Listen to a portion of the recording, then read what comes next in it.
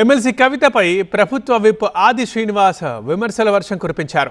BC రిజర్వేషన్లపై కవిత తెగ హడావుడి చేస్తున్నారు. బీసీలతో అసలు కవితకు ఏం సంబంధం అని అడుగుతున్నారు ఆది శ్రీనివాస్.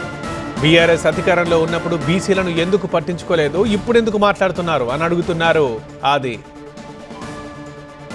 రిజర్వేషన్లపై కల్వకుంట్ల కవిత గారు తెగ హడావుడి చేస్తున్నారు.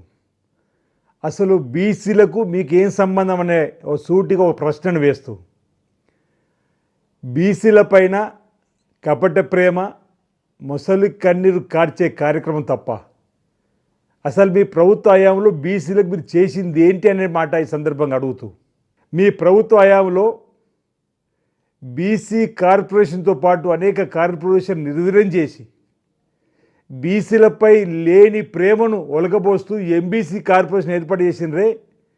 ఆ ఎంబీసీ కార్పొరేషన్ ద్వారా అన్నా పైసలన్నా చెల్లించి బీసీల పట్ల ఏమైనా న్యాయం చేశారని అడుగుతా ఉన్నాం.